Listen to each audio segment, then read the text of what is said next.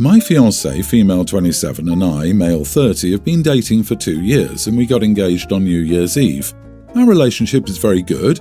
Really, we don't have any problems at all. We're thinking of getting married and are looking forward to marriage. Well, her family lives away in another state, about 5 hours away. I don't have a problem with them, they're fine. Unfortunately, because of the distance, we've only been able to meet a couple of times. Well, about 2 months ago, fiancé received an invitation to a baby shower for her cousin. She said she was very excited because she and her cousin are close and it's her first baby. Of course, I was invited too. I wasn't thrilled at all. I've only met this cousin a couple times and I have no interest in this baby.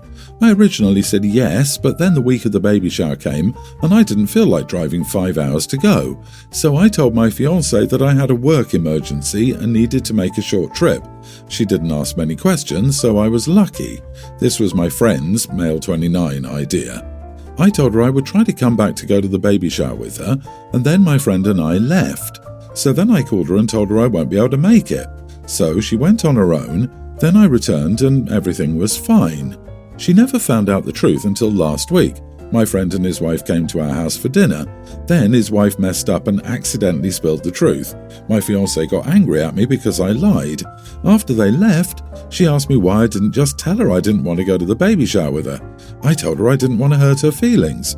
We argued and now she's being distant. I told similar white lies to my ex too, but she never found out the truth, so I guess I was fine. And my mom was always in a good mood after my dad lied to her and bought her flowers and chocolate, so I thought I could use that too, but I guess it's not a good idea. Am I the idiot for faking an emergency to skip a party with my fiancé?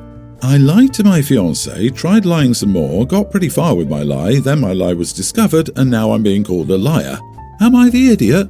One of the easiest. You are the idiot and have the nerve to ask. The bro is 30, not just a liar, but a liar whose words mean nothing. He also didn't care that his fiancée had to make the 10-hour round-trip drive alone.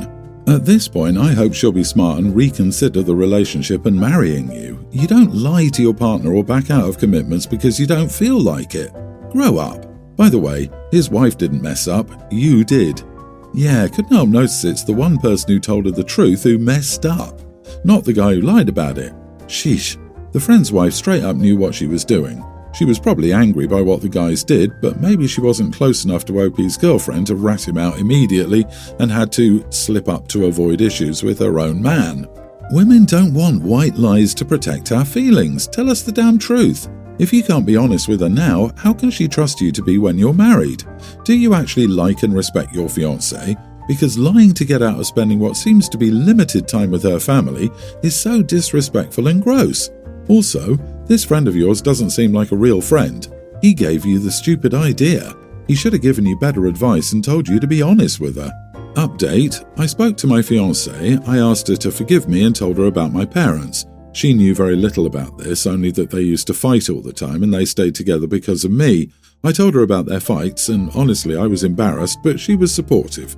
I told her I'll search for a therapist today and she told me she'll help me. She told me she was hurt, but she'll give me a chance to regain her trust if she can see I'm trying.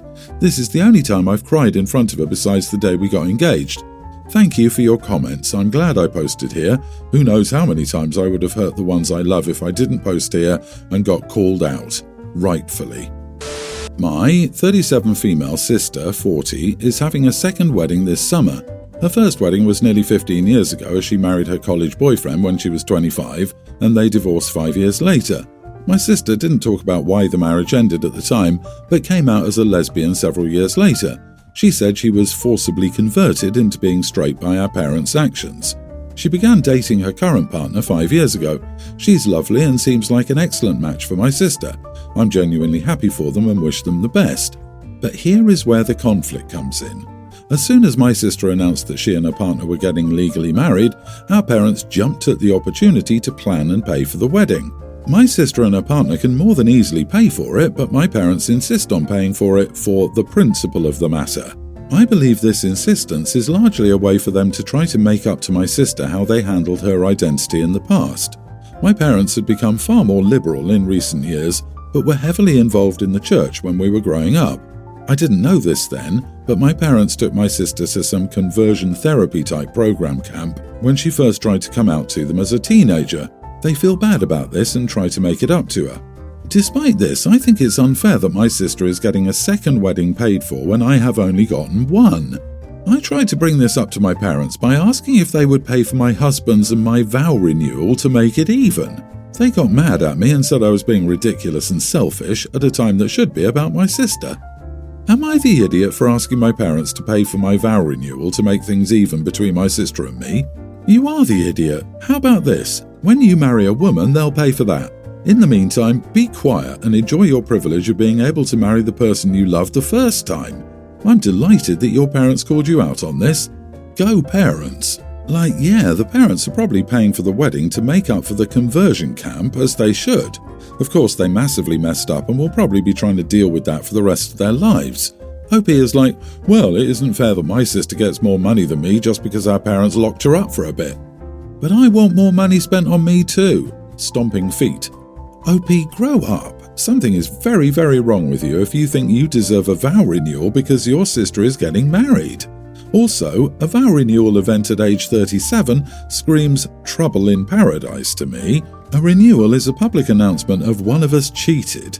Now we have to commit again because that will make the issues evaporate. OP can't stand to not be in the spotlight. She has the I want a gift at my sibling's birthday energy. Not everything is about you. Your parents are trying to make amends. Let them stop being petty. You had a wedding that I'm assuming your parents paid for to a person you actually loved and wanted to be with. Your sister had a fake wedding to someone she wasn't really meant to be with just because it was what she was meant to do, to make your parents happy. Now she's having a real wedding with someone she's actually happy to be with. Be happy for her. My wife and I had been dating for 5 years and married for 3. We discussed having kids when we were dating and when we got married. We both wanted to have kids but wanted to push it out a few years after getting married to get our job and housing situation sorted. As time passed, we started discussing starting a family together again recently. However, she's been adverse to the discussions and started talking about how painful it will be for her. I understand her situation and don't want to force her into that if she doesn't want to. But at the same time, I'm blindsided by this as we've discussed having a family together. I know people can change, but I'm not sure what to do when I wholeheartedly want to start a family with her, but she doesn't want to anymore. She mentioned adoption, but I don't want to adopt as I've always wanted to have a biological child. It's just something I've always wanted for a very long time. So I understand she has a choice, but it's also my choice to adopt or not. Am I the idiot for trying to convince my wife to sit down and talk seriously about our future together? You are the idiot. If you have to convince someone to drastically change their life, then you will always be the idiot. Are you even aware of what women go through? Do you understand the body changes and how these could potentially affect her for the rest of her life? She offered a compromise, yet you insist on ensuring your lineage continues on. If that's what you want, then find a way to birth it yourself. Agree. Adopt. It's her body. If she doesn't want to get pregnant, she doesn't have to. As someone who was adopted very early on, I only know one set of parents, and it's never affected our family dynamic. My parent was always open about the adoption of both myself and my sister. Wanting to have biological children is a totally valid desire, but she doesn't want to, so they're not compatible anymore, and the best path is divorce. I think no idiots here. You definitely need to sit down and talk about it. It sounds like you've had discussions before, but now something has changed.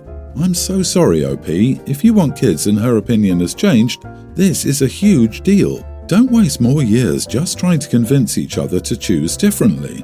Kids are a 2-yes issue. If both partners aren't willing and enthusiastic about kids, you're going to end up with one of you being miserable and resentful either way. Let her go. You have no right to ask her to get pregnant and give birth if she doesn't want to, and she has no right to say that you can't have kids. You just can't have them with her. Both of you need to end this and find someone you're compatible with. Good luck to both of you on your journey. I, 54 male, lost my wife to cancer 11 years ago. It was hard for my kids, 26 male, 24 female, Jane, and me, but my daughter was devastated. Jane and my wife are extremely close, and she's been in therapy for many years. I never thought I'd date again and did my best to be supportive and give both of them enough love to fill the void left by my wife. It was tough and very trying at times, but I'm proud of the people my kids have become. Last year, I was taking an oil painting class and met a woman, Lacey, 42 female. She's the first person I've had feelings for since my wife died. She had divorced her husband a year prior, so we were both taking it slow. I waited a couple of months before telling my kids I was seeing her. My son was happy for me and told me he was glad I found someone. Jane, however, was rather cold and distant when I told her. I asked what was wrong, and she said nothing was wrong. Lacey and my son get along quite well, but Jane has only been cold and passive-aggressive toward her. Lacey has tried her best to be kind and hasn't pushed to be in Jane's life, but Jane's attitude hasn't changed. Jane always makes rude comments about Lacey whenever I see her at this point, regardless of whether Lacey is there. Every time I ask her what her problem with Lacey is, she just deflects, and pushing the question just makes her more angry and defensive. This came to a head last weekend. We had a family gathering to celebrate my mother's 82nd birthday. Jane asked why Lacey was there at all, and I told her that Lacey was important to me. She gets along really well with Grandma. As a side note, the two get along really well since they're both into knitting and arts and crafts. Jane stormed off. I was talking to my son and nephew while Lacey and my mom were talking. Lacey got up to get a drink, but when she came back, she was almost in tears and told me she wasn't feeling well. I pulled her aside and asked what happened, and apparently Jane had said some very harsh things to Lacey and stopped short of outright calling her a gold digger. We went home after that. The next day I called Jane over and Lacey went to the spa. I told Jane that she doesn't have to treat Lacey like her mom, but she has to at the very least be civil. She told me I was replacing her mom and that she hated that I was trying to forget her mom. I told her I still visit her mom's grave twice a month, and that was completely unfair of her to say. I asked her if she wanted me to be alone for the rest of my life, and she said she preferred that over me dating a woman who only likes me for my money. I told Jane that and said either she acts civil with Lacey or I will no longer give her monthly money. She called me an idiot and left. My son called me later and said that I wasn't being fair and it's just taking a while for Jane to accept me moving on. I'm not sure what I should do at this point. I understand Jane is hurting, but I can't stand seeing her take it out on Lacey. Am I the idiot? Edit. Jane is in her junior year of college and I'm paying for her so she can focus on her studies. I encourage both my kids to take time before deciding their plan, and my daughter tried different fields to figure out what she wanted to study. Bit ironic for an adult receiving an allowance to imply someone else is a gold digger. Not the idiot, OP. You don't need a reason to stop giving an adult child an allowance. Jane is an adult, and being an adult means you don't always have free rein to act out how you feel. Being able to control oneself and act civilly is a hallmark of being a mature adult. That Jane isn't mature is on her, and she needs to decide if acting out is worth losing her monetary support. You don't have to quit loving your late wife to be able to love again. It's been 11 years after your wife's death. Therapy isn't working. Your daughter is being selfish. Yeah, it's been 11 years and Jane thinks her dad should be alone and unhappy. And it makes me wonder if she's just angry she'll have to share or possibly lose out on any inheritance money in the future. Jane needs a come-to-Jesus moment. Maybe taking away her free ride will accomplish that. So when I, female nearly adult, was 5, my dad left my mom and me. Since then, I've seen him 3 or 4 times at family functions. From my family, I found out he got married and had other kids. I figured he wouldn't have been a good dad just because of the type of dad he's been to me my whole life. Yesterday was my great-grandma's 100th birthday, so we were doing a big party for her. A few days ago, I found out from my grandma my dad is going to be there, and more than likely with his kids. I was still going to go though because I've always been close to my great-grandma. About an hour after me being at this party, my dad, his wife and their 2 kids walk in. The kids were toddler and young grammar school age. I watched them off and on through the party. My dad was actually being a dad. He was playing with his kids and listening to them, and he even had cute nicknames for them. Then my dad approached me and said, hey, my name, how have you been? It's been a while. I admit I was upset seeing my dad act like someone he never was to me and has never put in the effort, so I said I was okay. I then pointed over to his kids and said congrats on being a dad this time. My dad got mad and said he was sorry, but he couldn't change the past. But he never even puts up an effort now to call or text me or wants to come to visit me. I then had other family members tell me I needed to grow up and get over it and now be happy for my dad. So, am I the idiot? Not the idiot. Get over being abandoned by your father. More than your dad, his family is the idiot. Clearly they enabled him. They saw your dad be a complete deadbeat to one kid and an engaged dad to others. How doesn't that make them angry unless something massive happened to him to change on a fundamental level? It shows he was always capable of being an engaged parent, but chose not to be and continued with that choice. I think his reaction is quite telling. He can't change the past, as if Opie isn't still his child that he's abandoned and has never tried to make amends. Instead, he's coming over to soothe his own guilty conscience by engaging in awkward banter when moments before his own kid that he abandoned gets to watch what other children get from her father. It's damn cruel, and the fact that the family thinks it's okay that this man abandoned his daughter is messed up. Opie, if I were to give you advice, it would be to block the people telling you to get over it. They don't have your best interests at heart. If they cared, they would reprimand your father for not being a father to you, not you for having understandable grievances with his lack of involvement in your life. His responsibility is to fix it in the present and future. His deadbeat butt didn't even try. If anything, you were too nice. Should have given a lot of choice words to him.